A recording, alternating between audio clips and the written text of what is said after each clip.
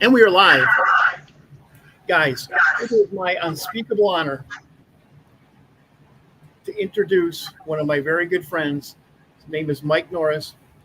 He's from my hometown, DeKalb, Illinois. Man, that's where I was born. DeKalb, Illinois. Wow. That's where both of my kids were born. What a great place. He guides a couple lakes in southern Wisconsin. And I'm going to introduce International Freshwater Fishing Hall of Fame inductee, Mike Norris. How are you doing tonight, Mike? Jay, I'm doing very well, and thank you for the introduction.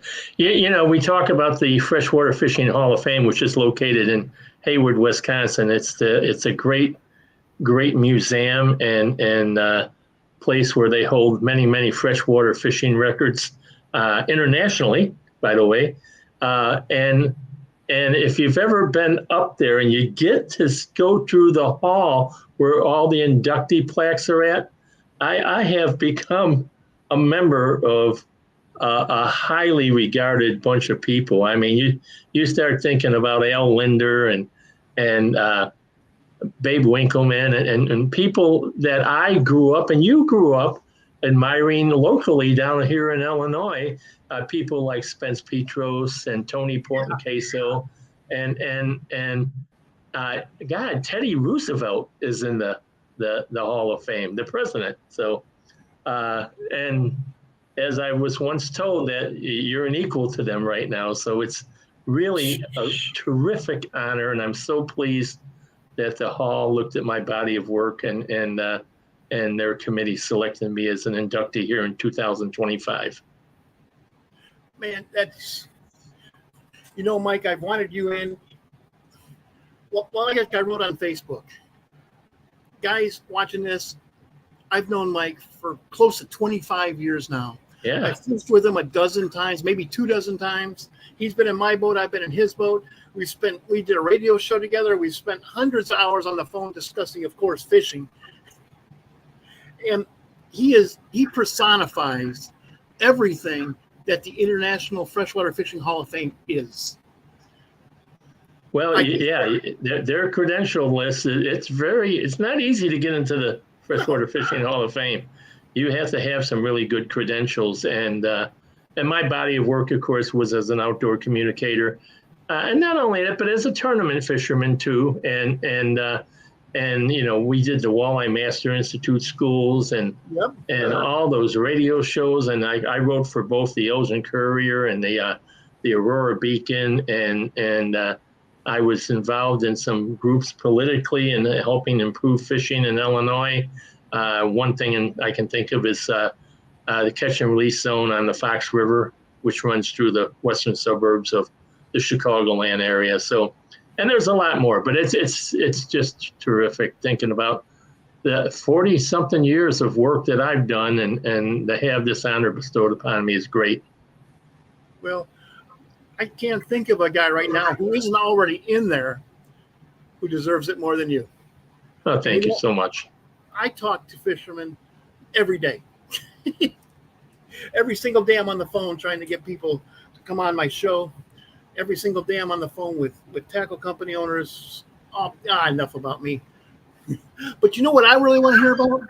You have been on a fantastic smallmouth bite lately, haven't you? Well, I have been, and I do this every fall. As a guide, I guide lakes in southern Wisconsin, primarily because the opportunities for smallmouth bass in the southern half of Wisconsin, or throughout Wisconsin for that matter, are really good. You don't have a lot of great smallmouth bass lakes down here in Illinois, but in Wisconsin you do. And I've, even years ago when I was fishing lower Michigan, I was always fascinated by fall fishing for bass. And I did cold water studies on largemouth bass over in lakes in southwestern Michigan. And then when I started really getting an affection for smallmouth bass, I did the same thing here in some of the lakes I guide on in southern Wisconsin. So it didn't take long to realize what their movements were and what their habits were. And it's no big secret, Jay, that in the fall, smallmouth bass start moving shallow. Okay, you can read that in any magazine, that talks about fishing magazines, other tournament anglers will tell you that. And I've been preaching this for years, that they move shallow. Everybody wants to get out on that deep weed edge and fish really deep water. Well, there's a time for that, and that's later in the fall when the water temperature is down in the 30s. But I always enjoy fishing for smallmouth fishing in the fall. But this year, Jay, was exceptional. And we experienced and are still experiencing here in Illinois and southern Wisconsin lengthy, warm fall days. And we're breaking records. I mean, temperature records, highs in Milwaukee. I think even in Green Bay, Wisconsin, they had an 80-degree day a week ago. They might even had 2 days that was 80 degrees. Both of those were record temperature days. So fall fishing for me starts in September. The water level at that time is still in the low 70s, and it ends when I can't get out on the water anymore, which means that the lake is frozen and I can't launch a boat. So what happens normally is lakes cool in the fall, and that's because the days are shorter. You start getting influence of more cold fronts, and there's less light penetrating the water. But with this record warmth we've had up here this year, we're seeing water temperatures that are holding steady in the 50s, mid 50 degree mark, and which is when bass really now start to need bulking up. And by that I mean is they got to eat, and they want to eat a lot of food because they know winter's coming. And the food is shallow, and that's why smallmouth bass at this time of the year will move shallow. Absolutely. Make no mistake, Jay. I'm talking about deep water bass fishing, with the exception of, I'm talking about deep water bass. Okay, and by that I mean these are fish that you don't see shallow all year long, but in the fall they come up on flats, they come up on points, and they start chasing bait in shallow water. And shallow water typically on the northern lake is anywhere from 8 to 12 feet. Okay. We have a comment from the audience. It's from International Freshwater Fishing Hall of Famer Jim Grant, a good friend of both of ours. He said, "Welcome, new Hall of Famer inductee Mike Norris." Thank you very much, Jim Grant. I appreciate that. Grant is, of course, Jim Grant makes Grant rods. You might notice I even have a Grant rod hat on because I do use their products. Custom-made rods made here in the USA. Terrific rods with lifetime warranties. Yep, I have one right here. Beautiful. Which one is that? This is a Cuda 6'6". Excellent model. Excellent model. In fact, if I were up there if I was up there throwing swim baits and Ned rigs for smallmouth bass, this is exactly what I would use. Look at that eyelet right there. Yeah, they got great eyes. Great guides, that's for sure. Better eyes. This rod has better eyes than Pamela Anderson, man. It's funny because I saw a picture of Pamela Anderson on social media here recently, and look at me. I can't call myself a beauty queen either, so I get it. Yeah, but back in the 80s, you could, just like her. Yeah. I think she was doing better than I was, believe me. Yeah. So, how do I know, what the bass are doing this time of the year, Jay? Through the months of June, maybe May, June, July, September, when I catch bass on southern Wisconsin lakes, and I'm talking about smallmouth bass, we have a lot of tournaments that are held on our lakes here, and guys are hooking and releasing bass every weekend. Sometimes we have 3 tournaments on the same lake, 3 different tournament organizations.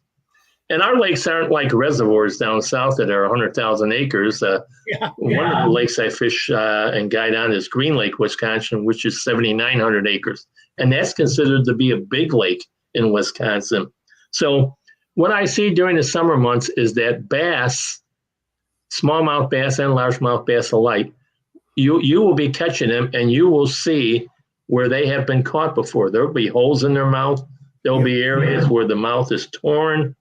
And it's unfortunate that happens, but they seem to survive it, and the DNR is aware of it, and they don't seem to be concerned about it. But I see so many of these hook holes and wounds in the jaws of so many fish during the summer period. Now, what happens in the fall? Okay, I see larger bass than I see during the summer coming shallow, and I know they're coming from deep water.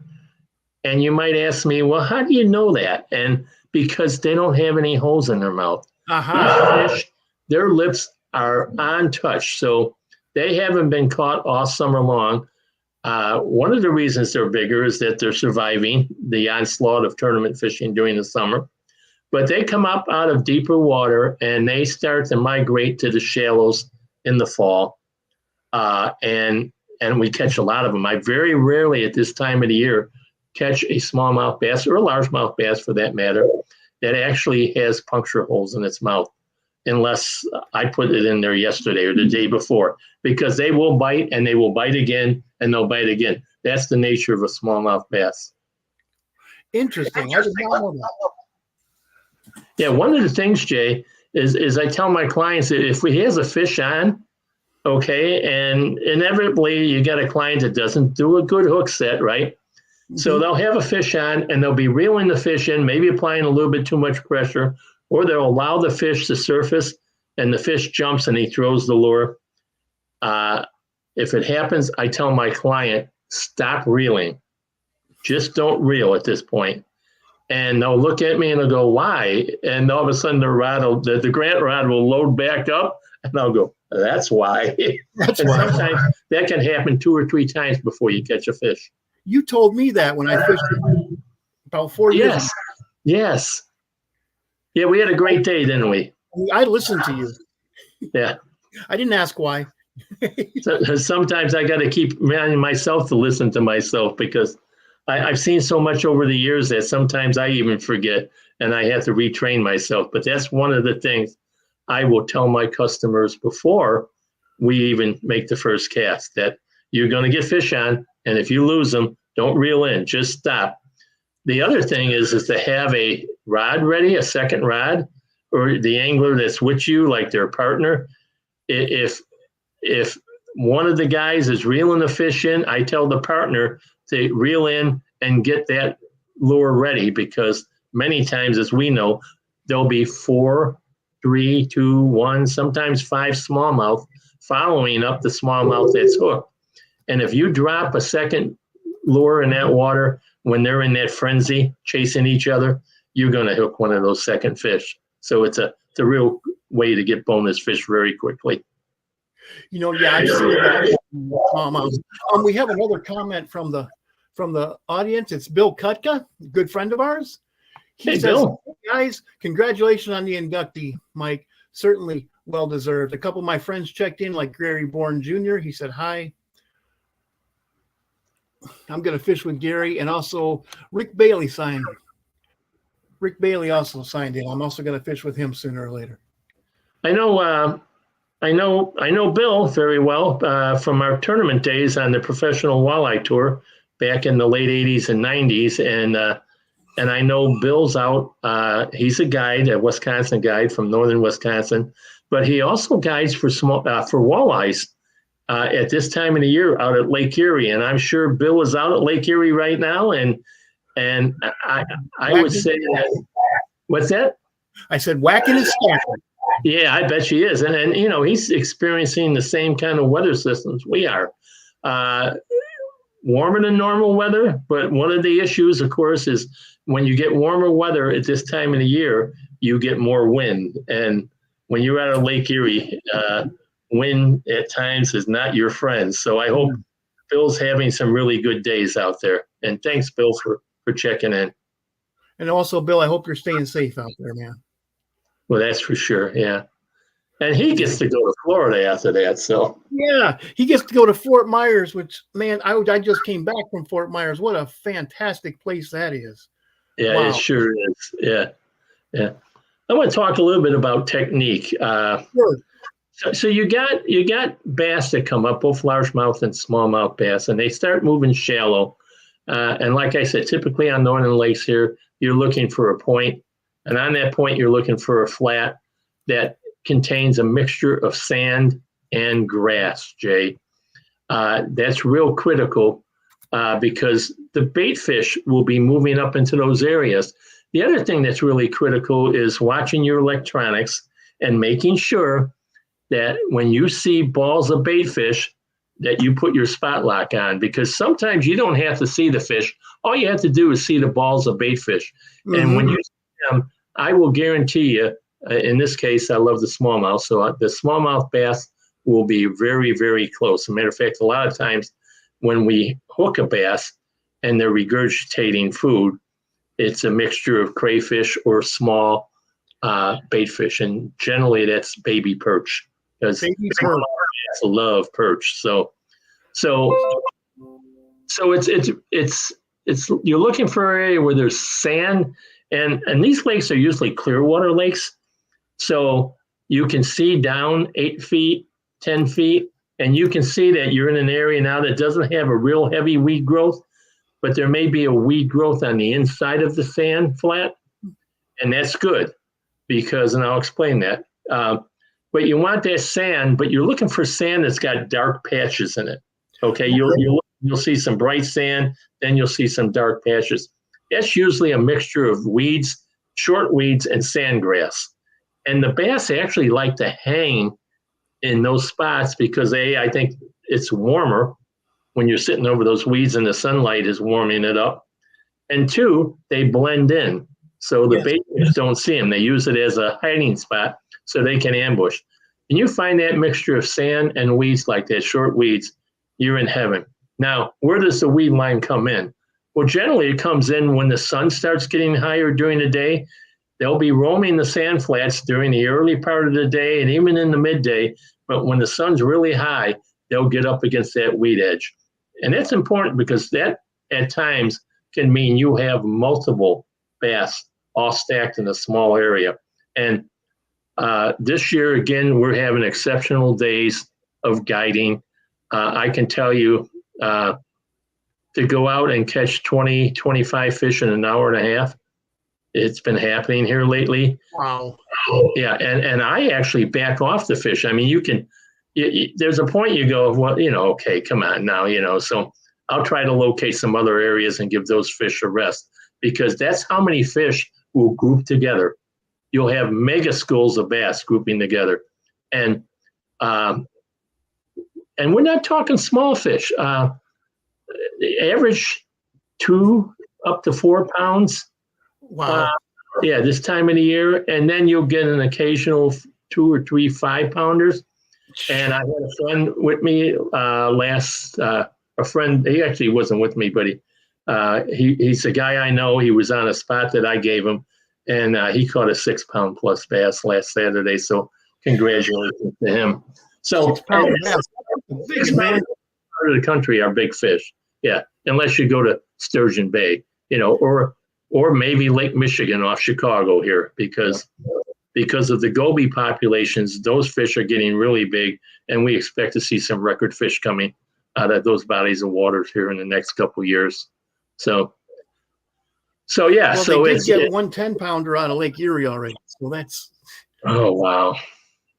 Then that beats the Van Dam fish then, because Kevin Van Dam held the record there for many years. Yeah. So interesting. So this is a pretty simple pattern, and people need to understand it. Now, how do I fish them, right? Okay, you might ask me that. And, yes.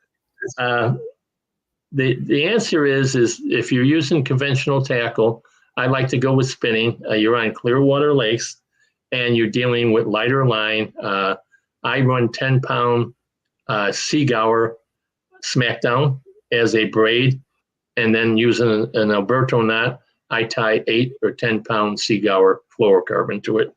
So I'm using relative lines. Again, you're fishing in an open water area. If you hook a fish, it's okay. You can play him. He's not going to run into a dock, and get tangled up in some heavy brush or something like that. So I do it with spinning equipment. My favorite rod, of course, is a Grant Finesse 22 in a 7-foot medium light. Again, you're fishing fish that are big and they're mean. I mean, Yeah. they're the best fighting freshwater fish in the world. Muskie guys will say, but proportionately, size-wise, they're the best. They don't Pound quit. for pound. Yeah, pound for pound. They don't quit. So I like that rod, and I like it with a medium light action to it. It's a great rod. You can make super long casts with it. It's lightweight. It's got great guides on it. You don't get the wind braid thing with it. And so, and the idea is to get up in a flat and cast in those areas where you see the sand and the darker grass mixed together, and cast. And if you're running a tube, which is my number one artificial for catching smallmouth bass, I like a 1/4 ounce tube. But the thing is to cast it as far as I can and drag it back. Don't hop it back. Don't do that real hard hop. It's the fall. It's colder water. And these fish really, if you just sit there and drag it very slowly, the bass have great eyesight. They will see the tube. They will locate it. They'll find it. And once they do, they're going to pounce on it. And as soon as you feel that bite, set the hook. But that is a good point, Mike. You said drag. That's the key right there, because most bass fishermen want to. And me included. You see me do that. You fished with me during the summer, and I'm going like this. Well, you slowed down and did very good the time we were out. Oh yeah, when you told me to slow it down, I sure did. Yeah. Well, you slowed it down to the point I was asking you, what are you doing? Because you were going super slow, and that was in summertime. And I can tell you, it's more important now this time of the year than it is in the summer. So that you do that very slowly. The second lure, obviously, would be a quality-made premium jig. Again, a 1/4 ounce. Quite frankly, there's a guy, Ryan Whitaker, out of Chicago.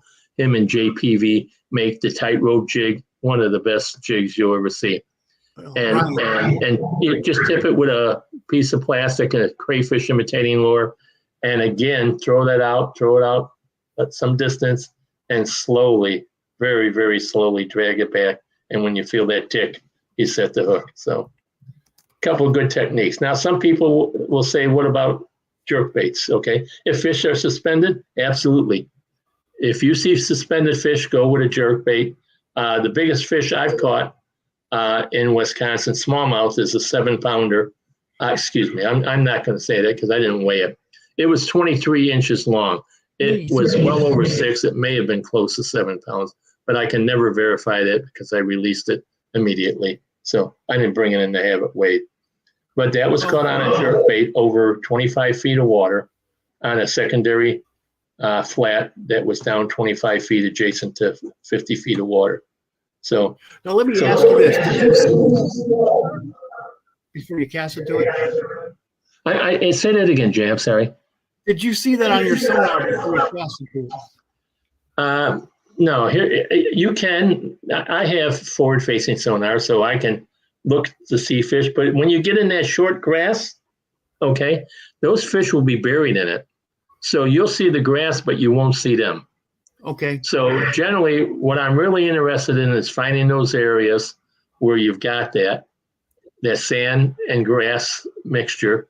2, this is really important, and seeing if there's bait there.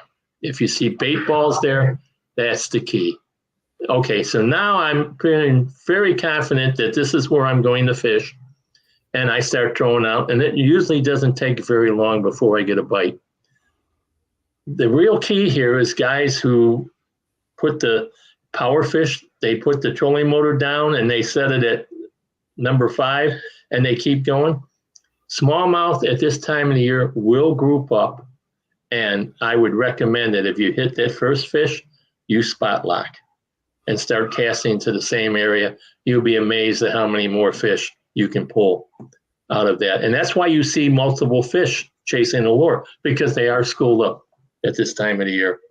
So I've seen smallmouth school up in the springtime too, like that, like out in Lake St. Clair. In the springtime, yeah, I mean, springtime's very interesting. The biggest fish you'll see in the springtime are really in the cold water period of spring. The big fish make a movement up, and they'll get against rock walls against steel walls, anything that will create heat. They'll be very, very shallow.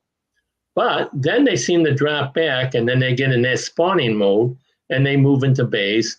But they can be in smallmouth lakes with clear water. They can be 8 feet down. They can be 12 feet down and spawning that deep.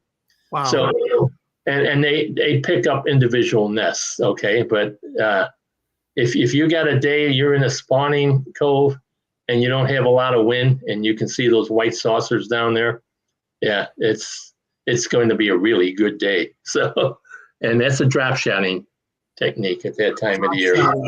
Yeah. And there you want to set the hook immediately. There's no slow dragging. You want to drop it right in that. Yeah, there you go. Look at that. Are you talking things like this? Yeah, absolutely. And white is a good color. Yellow's a good color. Yep, you got it.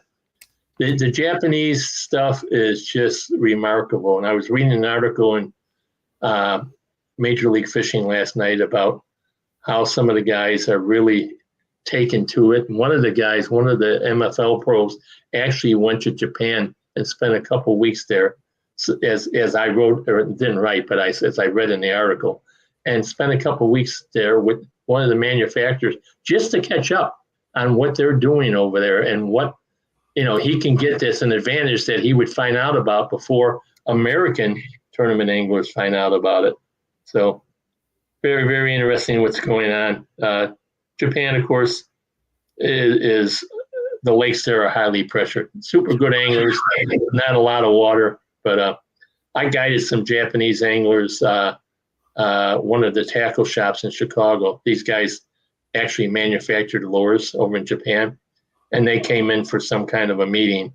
And one of the bait shops in Chicago, at Shirley and Sons, called me up and asked me if I would guide these guys. And I took them out to Lake Geneva. And I was going to show them something. Oh, my God. They put on a demonstration for me. They're very good. Yeah. I wouldn't take that as an insult, man. Those Japanese guys have their stuff tight. No, and I love Tako Ito. Anytime he's interviewed on the Bassmaster stuff, it's just so fun because he loved fishing. He loved the Bassmasters. Yeah, so very good stuff. Yeah. What about light bait fishermen? What would you do this time of the year? Okay. Well, let's face it, smallmouth bass are eating live bait. Okay. And what is it they're eating? They're eating any remaining crayfish that they'll find on that flat. They're eating bluegills. They're eating minnows. They're eating perch. Perch is a big staple of their diet throughout the year, as crayfish are. So sometimes and it's legal to catch a perch and hook it on and drag it around as bait if perch is caught on the lake that you're fishing. Okay. That's a Wisconsin, my neighbor to the north of Wisconsin regulation. I don't do it here in Illinois, so I'm not sure what the regulation there is, but doing that can be rewarding. If you can, A, find the perch, and 2, keep them, alive. So usually I go to that technique more in the late fall, because what happens with smallmouth bass is our water temperature in Wisconsin right now is in the 50 to 55 degree range, say around 53 on average. But when the water temperature drops down below 45 and gets into that 40 degree range, or even into the upper 30s, the techniques I talked about with these fish being on the flats, that's over with, because the adjacent weeds have died now. And so there's no oxygen up there. There's no bait fish up there anymore. And the bass tend to, and of course we've had no thermocline for a month and a half now. It's all broken up. So the smallmouth bass will tend to go down to the first primary breaks. Now, in a lot of lakes up here, that can be 21 to 35 feet. You can even see secondary breaks in 40 to 50 feet. But when you get down there, it's very hard to work an artificial lure unless you're hovering, which is where you get right over the fish. But many times I've seen, even in deep water like that, I've seen the pressure of a trolling motor running on spot lock actually spook the fish. So what I like to do at that time of year is the long line Carolina rig for the bass when they're out in those breaks in 21 to 35 feet. And I like to use live bait. It can be a chub, it can be a sucker, it can be a perch if you have your hand on it. But the idea is to get the bait away from you, and you either set up a drift pattern or you troll with your electric motor. Very, very good technique. Very underutilized techniques. A lot of guys by that time of the year, especially in Wisconsin, their boats are put away and they're into deer hunting. So the pressure on the lakes are generally very light, and you can get out there and relatively hit them. You got the lakes to yourself. So. And Jay, did you freeze up there?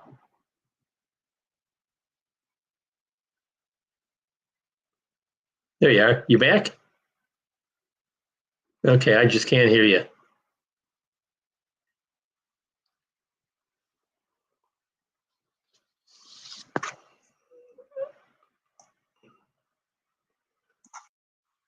Yeah, Jay, I can see you, but I can, right at the moment, I cannot hear you.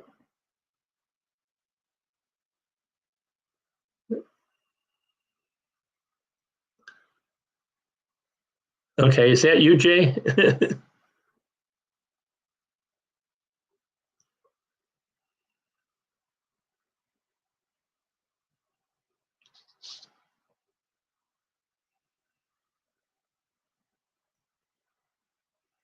The miracle of technology, right? I see you said, yes, it's me. I just, if you want to type stuff in, I can answer it, but otherwise I cannot hear you, and my speaker's on, and so I don't know what happened there.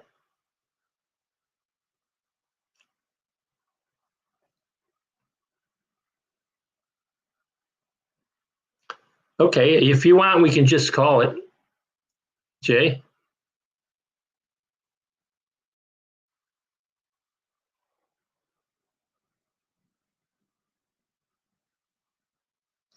Okay, well, how long will I fish? Okay, that's a question one of the guys asked. I will fish for bass as long as the water is open.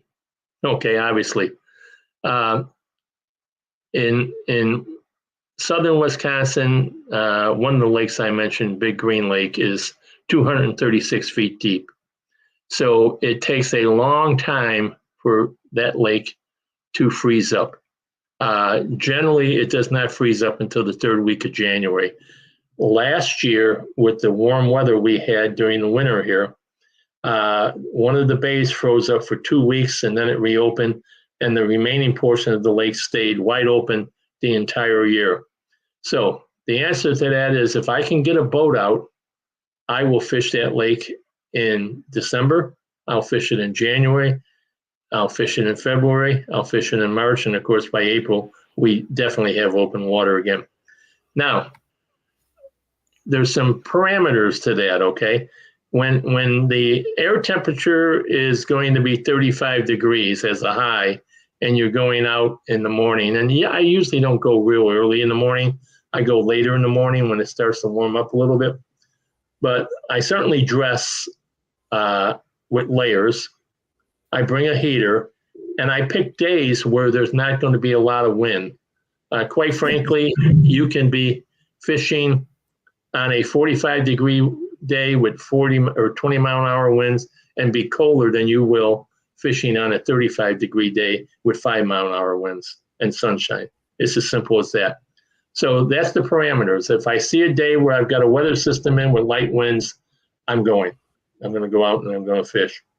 The other thing is safety is always paramount. I will wear a life vest the entire day when I'm out in the water, and I will tell somebody, a friend, when I'm going, and I will tell them that I will be calling them at a specific time when I'm leaving the water. So if they don't hear from me at that specific hour or half hour that I suggest to them that I'm going to call them, then they should try to reach me. And if they can't reach me, then they need to call for help. Okay. I'm not going to go overboard. And yeah, and I can hear you again, Jay, by the way. So, but I'm not going to go overboard, and I wouldn't recommend anybody doing that. We lost a kayaker in one of the lakes here back in August 13th to be exact, and they still haven't found that person. Did the kayaker have a life vest? Absolutely. Where was the life vest? It was attached to the kayak, not the kayaker. So as a result of that, I'll turn that down a little bit. Sorry. As a result of that, this guy is missing. He had a family, a wife, and 2 kids, relatives, and they still haven't found him. It's been, I think, about 8 weeks now. So there's not a whole lot of places to hide in Wisconsin Lake. No, no, and there's some concern. They brought in sophisticated radar equipment, and they still haven't found this person. It's conceivable the person might have got hung up in some weeds, but with weeds dying off now, if that's the case, something's going to show up here relatively soon. We go through training with that, and most of the time, unfortunately, dead bodies usually float to the surface. Yeah, and I'm not going to. But anyway, now let's talk about fishing. Yeah, I'm not going to be the one to. No. I work too hard to get to where I'm at. So yes, I agree with you. I've been in boating accidents. I've discussed that with you. You know, it happens so fast. So guys, be safe out there, please. You know, when I was in boating, I had on an inflatable life jacket, and it saved my life. So thank God. Oh, that's good to hear. Yeah. I run a deep V fiberglass boat, and I do it for safety reasons because it's got high sides to it. And when I've got customers in the boat, I'm not afraid that they're going to fall out of the boat. Most of the time, I have a customer that's on the bow, but even there's some decent sides in the bow, and then I have one in the back, and I stay in the middle of the boat. So, but yeah, if it gets a little bouncy, I make sure the customer's got a life jacket on, particularly the one that's up in the bow. Okay, Mike, we have one more question. Witka asked, what are your go-to baits or rigs in September? Oh, in September. Well, early September, you're still on what I call a summer pattern. And it's a good question, by the way. One of my go-to baits is a drop shot rig. It gets you to the bottom fast, and you can fish it in varying depth of water. Typically in September, your fish are going to be on or near the break line because they're seeking water that's just above the thermocline. And the bait fish are out there. You'll have massive schools of bluegills, massive schools of minnows, massive schools of perch. It's the same rule. If you're moving along and you spot those schools and you don't see any bass, don't assume that there's bass not there. Just start fishing those areas. And the drop shot is an effective way for me to do it. Again, I set up a drift pattern where I pull with the trolling motor, and if I hit a fish, I spotlight because the question is how many are there, and many times you can run into a mega school of them, and really have a nice little run of 15 or 20 minutes where you're catching a lot of bass. That's a lot of fun. Yeah. So, Mike, it's about 40. Do you have any shout outs you'd like to have? Well, I just, certainly Grant Rods. They've been a rod sponsor for me for a number of years here, and I really enjoy their equipment. Typically, Berkeley, some of their soft baits, I do very well with them. Strike King. The other thing I do when in September is I like fishing a what you call a structure jig. It's a Denny Brower Strike King jig, and I use a rage crawl on it. And the difference there between the drop shot is a numbers fish. You catch numbers of fish, but your size aren't always the biggest. and don't get me wrong, I've caught a lot of big fish on a drop shot, but when you're running a structured jig, you're going to catch very few fish, but every one of you that you catch will be big. So Strike King makes a really good product, and guys like tightrope jigs, Whitaker and JPV, they make a great jig. Tube baits, I like the Getting Bit tubes and their jigs, and drop shots. I that's just a weight, and there's a Strike King product. It's basically I like running a 5-inch KVD Dream Shot on a hook. Yeah. Okay. Could you please turn down your volume a little bit? Yep, I can. I'm sorry. I had turned it up a little bit. There you go. Okay. What I'd like to say here is, guys, it was an honor to actually introduce Mike as an inductee to the Freshwater Fishing Hall of Fame. Like I said, man, we used to do a radio show together. I've written countless articles quoting him. We've been friends literally for 25 years, even when I was working offshore and didn't have time to do much fishing because I was working pretty much 7 days a week. Yeah, and you can tell him about the Lake Record smallmouth. Oh yeah, guys. I in closing, I'm going to tell you this story. So I started guiding on Chavanel, and I told Mike, man, I'm catching a few bass, and they're all real big, but I need to catch more if I'm going to guide. And Mike says, man, when's the next time you're going? I said, tomorrow. And so Mike jumps in my boat, and we go out there, and I'm throwing this 10-inch ridiculous looking thing, a 10-inch ribbon tail. And I'm like, man, I caught a 6-pounder on this. He said, when did you catch that? About a month ago. He said, well, what was that? I said, pre-spawn. And this was back in like 1998. And so he shows me the wacky rig. And I'm like, what the heck is that? And so he cast out 2 casts later. He's got a bass. Jeez. So I start wacky rigging. And about half an hour into that, I hook into something. Mike, this is a big fish. Of course, Mike lands it for me. Mike takes a picture, and we measured it. We did not weigh it, and we turned it loose, just like Mike's big smallmouth. It was 19 inches long, and that was the Lake Record smallmouth, according to Chavanel's Lakeside Bait and Tackle and Boat Rental, and that record lasts 9 years. Yeah, and Chavanel Lake is a DNR lake in Illinois, just south of DeKalb, where you lived and I live, and it's only 350 acres, so it's not a big lake. So it catches smallmouth. 319. You're right. Yeah, that's close. Little bitty lake, man. Little bitty lake. Good for you. I used to love fishing that lake. Easy to get to. I catch 30 bass on a morning trip. Yeah, it was fun. Oh yeah, easily catch 30 bass. You're not going to catch 6-pounders there, but I did catch a few 6-pounders over the years. But you fish as many times as hard as I did. Even a blind squirrel gets a net once in a while, huh? Yes. So I just want to mention, by the way, if someone is interested in guide trips with me, I think you've got a scroll running down there. That's how you can find me on Facebook. I generally post all my fish stuff on Facebook. If you type in mike.norris.7773, you'll see what I'm doing from trip to trip. This time of the year, you're going to see some fantastically big largemouth and smallmouth bass, primarily smallmouth. When we get later into the fall here, and when we get into December and those bass go deep to 21 to 35 foot range, an interesting thing happens. The shallow starts getting inhibited with big walleyes and northern pike.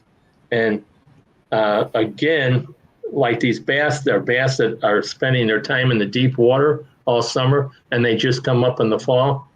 I can catch some northern pike in December on the lake, and not one of them will be under 40 inches.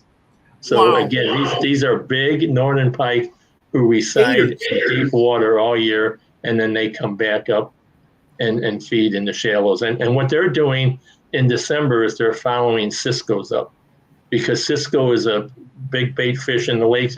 Big Green Lake's got lake trout in it. They eat on ciscos. The lake trout season is closed this time of the year, but the Cisco's will come up and the pike and the walleye will follow them up into shallow water. So it's a little bonus thing that goes on. Wow. Well, guys, I'd like to thank everybody for spending their time listening to Mike Norris here on the Let's Talk Fishing video podcast. And Mike, I'd like to thank you for taking time out of the best time of the year to fish for you. Talking to our viewers here. Thank you. I appreciate it, Jay. Good talking to you again. Sure was. And guys, just for the guys who live in southern Louisiana, I will be on Lake Catawatchee this Saturday fishing for I wish I was fishing for smallmouth bass, but I'm fishing for largemouth bass and redfish in the same spot. That's going to be so much fun. Is that the area where Van Dam won a classic? It sure was. It sure is. Yeah. It sure is, man. It made Catawatchee. Well, good for you. You couldn't get near Catawatchee for about 2 years after that. I understand. Yeah. From what I'm sure you'll be telling everybody about it on your show next week, so I'll have to listen in. I sure will, man. That's going to be a lot of fun. Well, that's if and only if that stupid hurricane doesn't come in. But, I don't think it's going to come. I think it's going to be scared away by our cold weather here. And cold weather here is like 60 degrees. So Jealous. Yeah. Okay, Jay. Well, anyways, man, just like I say in every show, it's Wednesday, guys. Make your plans. Go fishing. You only get to do this once. Have some fun. All right, Mike, stick around for a couple minutes. I'm going to end the show with that, guys. Thank you. Okay. Thank you. And thank you, everyone, for listening in.